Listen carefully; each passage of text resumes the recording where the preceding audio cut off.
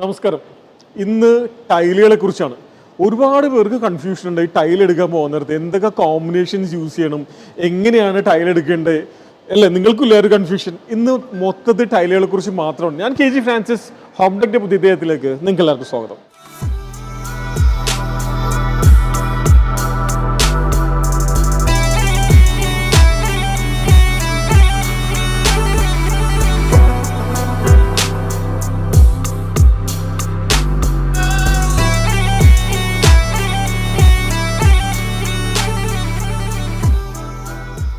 ഈ ടൈൽ എടുക്കാൻ നേരത്ത് പല ആൾക്കാർക്കും ഒരു കൺഫ്യൂഷൻ ഉണ്ട്. ടൈലിൻ്റെ സൈസ് ഏത് വേണം?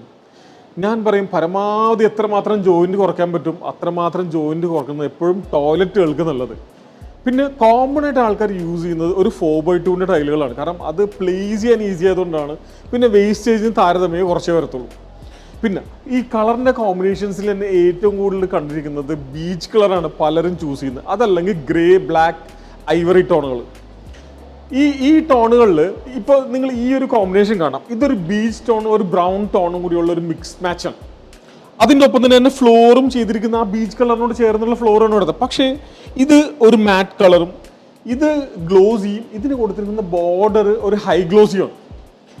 അത് കൊണ്ടുണ്ടാവുന്ന ഒരു ആംബിയൻസ് ആണ് ഈ കാണുന്നത്. കാരണം ഈ കണ്ടില്ല, ആ ഒരു കളർ കോമ്പിനേഷൻ വന്നപ്പോൾ ഒരു ആംബിയൻസ് വ്യത്യാസം വന്നു. ഇത് ഹൈ ഗ്ലോസി ആയതുകൊണ്ട് ഇത് നന്നായിട്ട് എടുത്തു കാണുന്നുമുണ്ട് അതിൽ. പിന്നെ എപ്പോഴും നമ്മൾ ഫ്ലോർ ചൂസ് ചെയ്യാൻ നേരത്ത്, ടോയ്ലറ്റിൻ്റെയൊക്കെ ഫ്ലോർ ചൂസ് ചെയ്യാൻ നേരത്ത്, കിച്ചണിൻ്റെ ഫ്ലോർ ചൂസ് ചെയ്യുന്ന നേരത്ത് എപ്പോഴും ഏറ്റവും ബെസ്റ്റ് മാറ്റ് ഫിനിഷ് തന്നെയാണ്. അതല്ലാന്നുണ്ടെങ്കിൽ ഇതിന് സ്ലിപ്പറി ചാൻസസ് ഭയങ്കര കൂടുതലായിരിക്കും. ഈ വാളിൽ നിങ്ങൾക്ക് വേണമെങ്കിൽ മാറ്റും യൂസ് ചെയ്യാം, ഗ്ലോസിയും യൂസ് ചെയ്യാം, ഹൈ ഗ്ലോസിയും യൂസ് ചെയ്യാം. ഇതിൻ്റെ കോമ്പിനേഷൻസ് യൂസ് ചെയ്യാം. ഇനി മാറ്റും ഗ്ലോസിയും കൂടി യൂസ് ചെയ്യും. അപ്പോഴും കാണാൻ ഭയങ്കര റിച്ച് ലുക്കായിരിക്കും.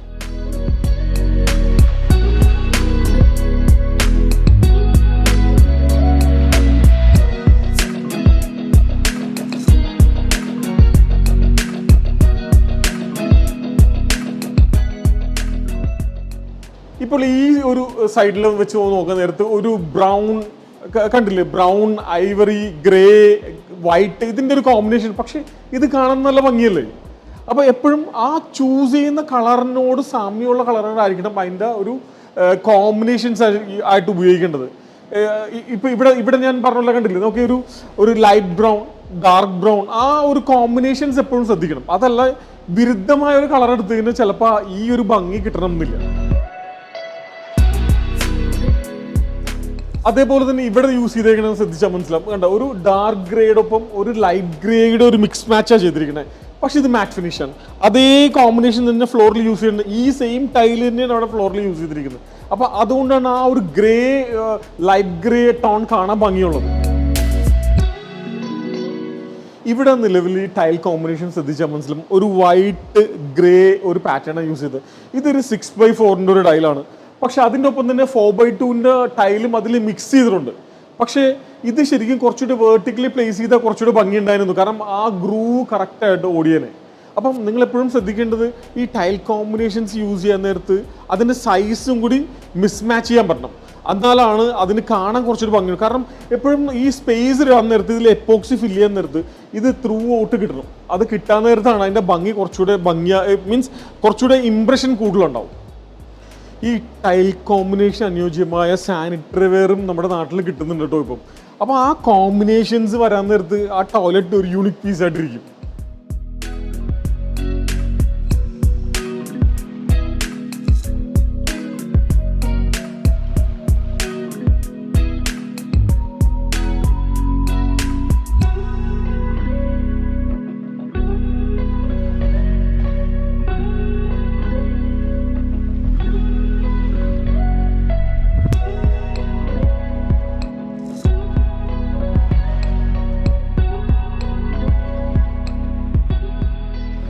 ഇന്ന് ധാരാളം ആൾക്കാർ ഉപയോഗിക്കുന്ന ഒരു ടൈലുകളിലൊന്നാണ് ടൈനി ടൈൽസ്. പ്രത്യേകിച്ച് ഡെക്കറേറ്റീവ് പർപ്പസിനാണ് ഇത് യൂസ് ചെയ്യുന്നത്. ഏതാണ്ട് ഈ ഒരു ടൈലിന് 70 രൂപ അടുത്ത് വിലയുണ്ട്.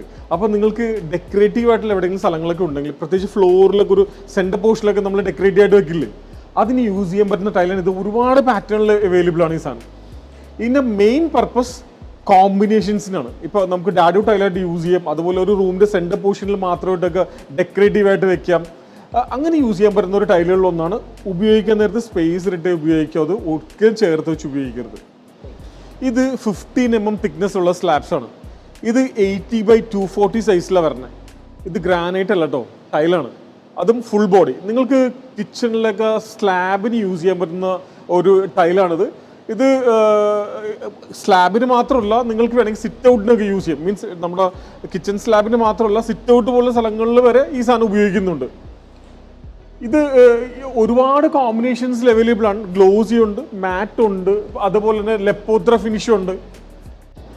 ഇത് മൊറോക്കൻ ഡിസൈൻ. ഇന്ന് നാട്ടിൽ ഒരുപാട് പേരുകൾ അവരുടെ വീടുകളിൽ ഹൈലൈറ്റ് ചെയ്യാൻ യൂസ് ചെയ്യുന്നത്. ഇത് വോളായിട്ടും യൂസ് ചെയ്യും, ഫ്ലോറായിട്ടും യൂസ് ചെയ്യും. മെയിൻ യൂസ് ഹൈലൈറ്റേഴ്സ് ആണ്. അതായത് ഇത് 2x2 ടൈലാണ്. നിങ്ങൾ കാണുമ്പോൾ ചെറിയൊരു പീസാന്ന് തോന്നും, ശരിക്കും ആക്ച്വലി ഇത് 2x2 ടൈലാണ്. ഇത് പ്ലേസ് ചെയ്യാൻ ഈസി ആട്ടോ.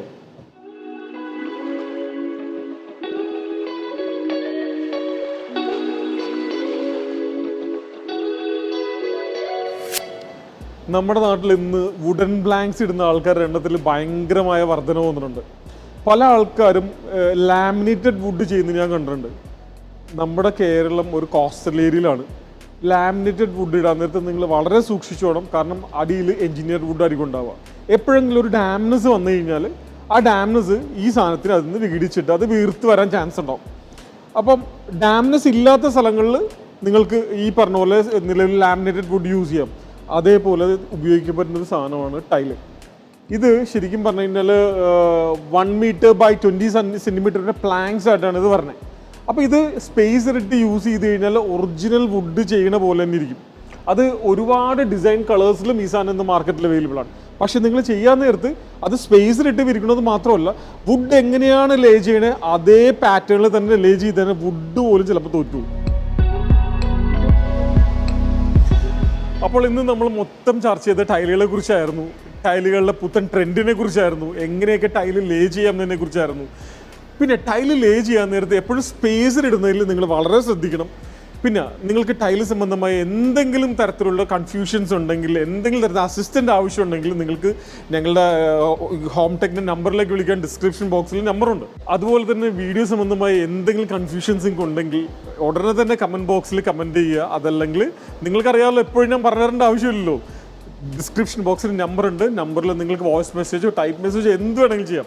അപ്പോൾ ഇന്നത്തെ വീഡിയോ അവിടെ അവസാനിപ്പിക്കുകയാണ്. ഞാൻ KG Francis, signing off from home tech.